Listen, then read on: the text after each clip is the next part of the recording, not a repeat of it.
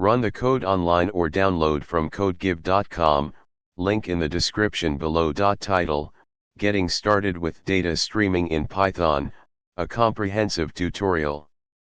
Introduction.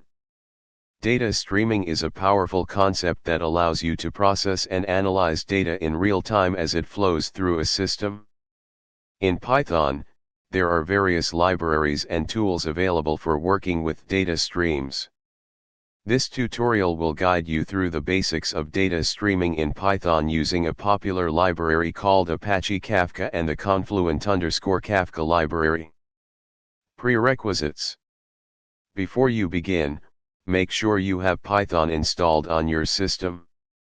Additionally, you'll need to install the Confluent_Kafka library. You can install it using the following command.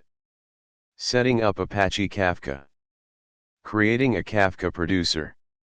A producer is responsible for publishing data to a Kafka topic. In this example, we'll create a simple Python script to simulate a producer. Creating a Kafka consumer. A consumer reads messages from a Kafka topic. Here's a simple Python script to create a consumer. Running the example.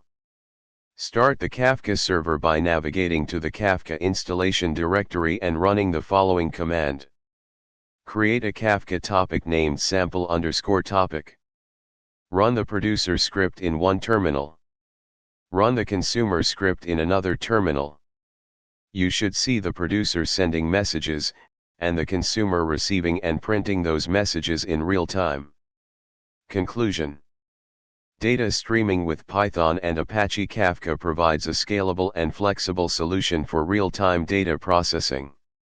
This tutorial covered the basics of creating a Kafka producer and consumer using the Confluent_Kafka library. Feel free to explore more advanced features and configurations as you delve deeper into the world of data streaming in Python. ChatGPT.